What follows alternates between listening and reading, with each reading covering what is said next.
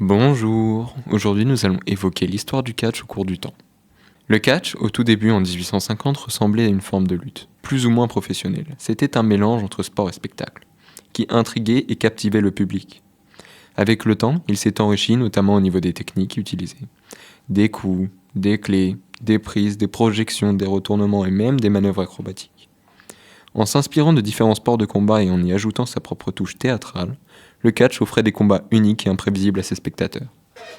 Les catcheurs, surtout originaires de Russie, formaient des troupes qui se donnaient en spectacle et se déplaçaient d'est en ouest, en passant par exemple par Saint-Pétersbourg, Varsovie, Vienne, Berlin, Strasbourg ou Bordeaux. En Europe, particulièrement en France, il a connu un bel essor après la guerre de sécession. On le voyait dans les carnavals, les cirques et même dans certaines salles parisiennes. À cette époque, les lutteurs, souvent formés dans les universités, se mesuraient parfois à des spectateurs volontaires. Cela donnait lieu à des paris qui rapportaient pas mal d'argent aux organisateurs. Mais c'est vraiment au XXe siècle, en Amérique du Nord, que le catch a explosé en popularité, devenant une industrie qui génère aujourd'hui des milliards de dollars. La première grande légende, Frank Gotch, a marqué l'histoire en battant le champion européen George Hackenschmidt.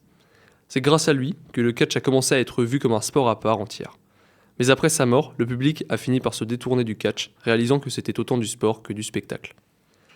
C'est après la Seconde Guerre mondiale que le catch a retrouvé sa place grâce à une nouvelle approche portée par Ed Strangler Lewis, Billy Sandow et Joseph Toots Monts, que l'on appelait le Goldust Trio. Ils ont mis l'accent sur l'aspect spectaculaire et ont introduit les matchs par équipe, qui ont énormément contribué à populariser le catch. La WWE, telle qu'on la connaît aujourd'hui, a été créée en 1952 sous le nom de Capital Wrestling Corporation. Après plusieurs changements, elle est devenue la Road Wrestling Entertainment. Son rôle, organiser des événements de divertissement liés au catch, mais aussi gérer les droits télévisuels, cinématographiques, musicaux et même les produits dérivés. Enfin, il est important de noter que les catcheurs sont aujourd'hui reconnus comme des travailleurs indépendants liés à la WWE. Ils sont payés par show, mais certains enchaînent les prestations parfois au détriment de leur santé.